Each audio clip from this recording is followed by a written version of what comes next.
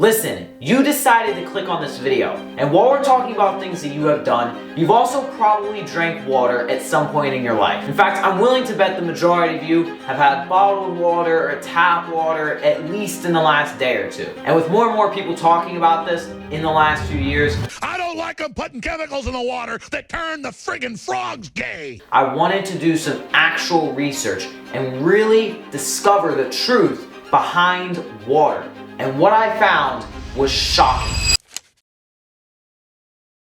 So growing up, the majority of people were told that you should drink 8 glasses of water a day and that it's good for you and all of this stuff. And most people, when they hear water, they just think about tap water, right? So when I initially started doing my research, I was just looking at tap water because that's where the majority of water that people consume and drink comes from. Now, the first thing that I came across in my research is something that everybody, including myself, seems to be talking about, and this is the fluoride levels in tap water. Basically, fluoride is a chemical compound that is made up from a bunch of different types of salts, and then it is considered a mineral. The reason it is in tap water is primarily for bone and dental health, primarily because it prevents tooth decay. But what they don't tell you as well, and what I found as I was doing my research, was that there have been numerous studies done on the effects that fluoride has on cognitive function. And what some of them have concluded is that when you are young, and by young I mean under the age of 25, if there are high fluoride levels in water, it has been linked to lower IQ scores and impacted cognitive function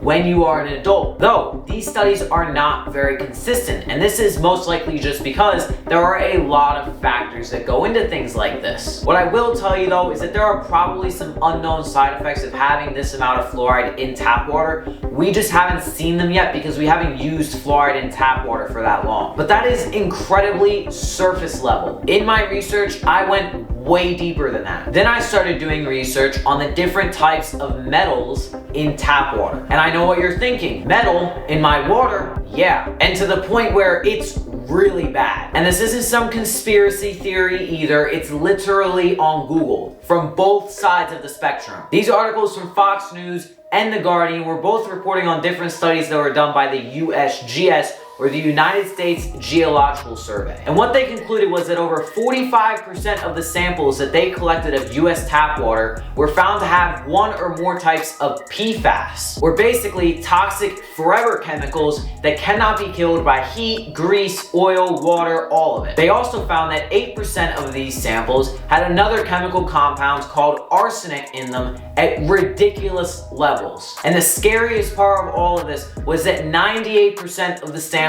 of US tap water had at least traces of lead in it. So then you're wondering, okay, what does that mean? Well, this is the scary part. Epidemiological studies have shown that there is a very clear link between PFAS and a variety of very, very bad health effects, including, but of course not limited to, liver disease, altered immune system functions, adverse reproduction and developmental outcomes, and of course, cancer. The tap water that you are drinking could, and most likely is, leading you to have a whole lot of health problems. So there's that bombshell that I found. But of course, it goes even deeper than that. Something that I'm sure many of you guys have seen by now that blew up years and years ago that I played at the beginning of this video was Alex Jones saying the water is turning the frogs gay. I don't like them putting chemicals in the water that turn the friggin' frogs gay. Now, despite this very possibly getting me a strike on my YouTube channel, I'm still going to talk about this. So when Alex Jones said this years ago, it went super viral. But the problem is that it went over a lot of people's heads. And what I mean by that is they took it for quite literally what he said. And he wasn't saying it as a fact. He was exaggerating a very different point that he had. And this is that there are hormones in tap water as well. Whoa, whoa, whoa, whoa, whoa. Hormones in my tap water? Yeah, bro, this is where it gets a little bit crazy. Because of human waste and agricultural runoff and all this other stuff that I won't get into, there are hormones like estrogen and progesterone that can be found as trace amounts in your tap water. Now, when it comes to that whole like human waste, whatever, this is when people start to get very, very lost and they start to talk about birth control pills and all this stuff. That's been disproven.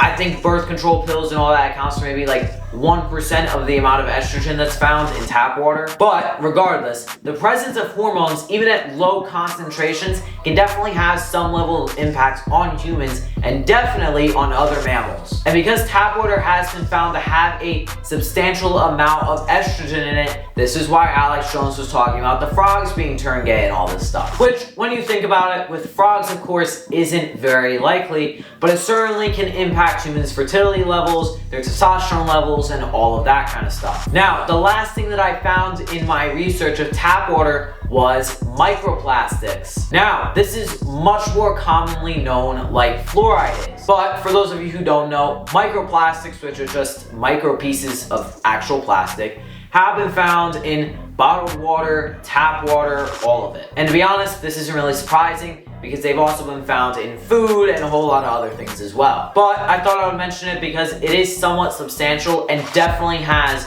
some level of impact on us. The caveat to that is that we don't really know how much it's going to impact us and the repercussions of consuming these microplastics on a long enough time frame. But certainly, I can guarantee you, if anything, it's not going to be good. So now that you know how bad tap water is for you, what do? Because there isn't much escaping it, right? Well, there is. Something that obviously everybody knows about is bottled water. And this is always an interesting topic because some bottled waters are literally just tap water in a plastic container, which then means you're consuming even more microplastics. But when you do start to do research and you look at some of the different bottled waters and you start to read labels and everything, something that you will read on some of them is this thing that says purified by reverse osmosis. Basically, reverse osmosis is a way of purifying water that uses a semi-permeable membrane to separate water molecules from other substances. Okay,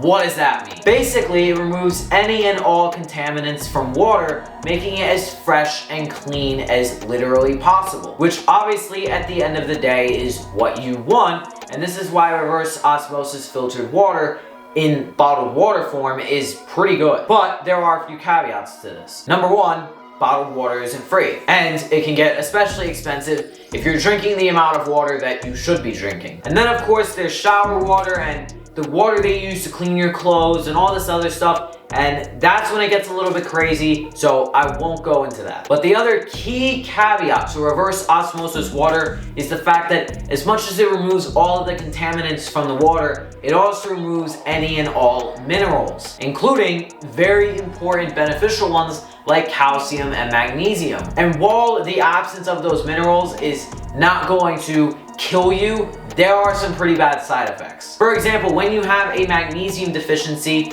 you can very easily start to experience things like fatigue and loss of appetite and a whole lot of other really bad things as time goes on. And the same goes for all of the other minerals too that you may be missing out on. Now, just because these minerals are not in your drinking water is not a huge deal, because you can get them by drinking and eating other things as well. But one thing that I recommend, regardless of whatever you're gonna do, is taking supplements and vitamins of these minerals to keep you in shape. It's something that is relatively inexpensive and is only going to benefit you in the long run. So, reverse osmosis water is definitely the cleanest water, but as stated, it's probably not the best. And this is because there is something else, which is my personal favorite, called alkaline water. This is another way of filtering water that enhances the mineral content of it and potentially even adds electrolytes to it for better hydration. The other thing that I'll touch on, which is a very big difference, is that within the reverse osmosis process, it actually makes the water more acidic. This is in contrast to alkaline water, which actually enhances